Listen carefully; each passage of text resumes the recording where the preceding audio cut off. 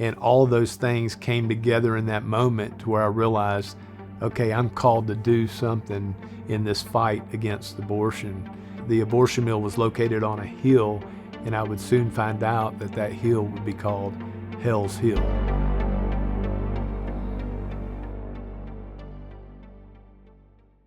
In 2014, I attended a pastor's conference.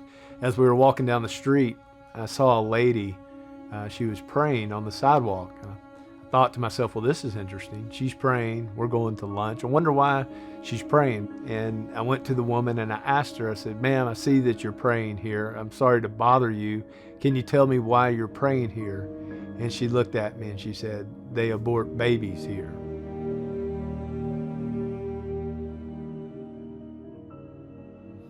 It hit me really hard, really heavy, and it would be a year later that I would be in a Starbucks dealing with anger, just struggling to see with everything that was happening in our culture. There was a lot of racial tension, and I began to pray in a Starbucks one day, and I asked the Lord, would you remove this anger? Would you take it from me?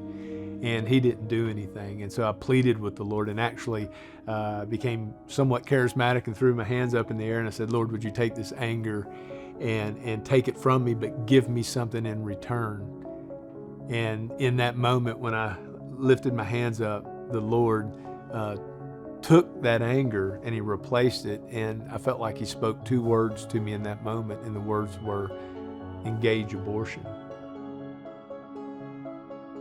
And that was a year after the Louisville incident. In the meantime, between Louisville and that Starbucks moment, I would hear a church, Apologia, I'd hear a pastor, Jeff Durbin, begin to talk about the abortion ministry and what they were beginning to do. And all those things came together in that moment to where I realized, okay, I'm called to do something in this fight against abortion. It was that morning that I didn't know where abortions were happening in my town of Nashville, Tennessee. And so I Googled abortions and I found two locations. And one of those locations was about 20 miles from me. And the abortion mill was located on a hill.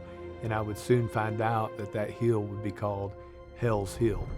And I didn't really know what was going on. I didn't know what to do. I was actually fearful. I knew that I was called to go and pray. Actually, I wanted to play it safe. I just wanted to sit in my car and pray and kind of watch from afar. That day, I pulled up to the abortion mill and there was a woman there with her daughter, a teenage daughter, maybe 12 or 13 years old. And they were engaging people outside of an abortion mill. A lot of people, probably 20 or 30 cars, were in the parking lot that day, and they were engaging people. The mom got distracted that day, and the daughter was left alone on the street, and she was engaging people. And in that moment, a young man walked up to the young lady and began to engage her in a hostile way. I knew that I had to do something. As a man, I was called to protect that young lady, so I got out of the car and began to engage this young man. And I deflected his anger from her to me. And for 2 hours, I engaged this young man. He threatened my life. He made lots of threats towards me, but we had a lot of good conversation. And at the end of the 2 hours, his girlfriend aborted his son or his daughter.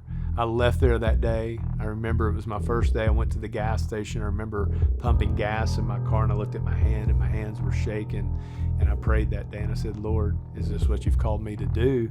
And he said, yes, I've called you to rescue babies. And so that's where the journey began.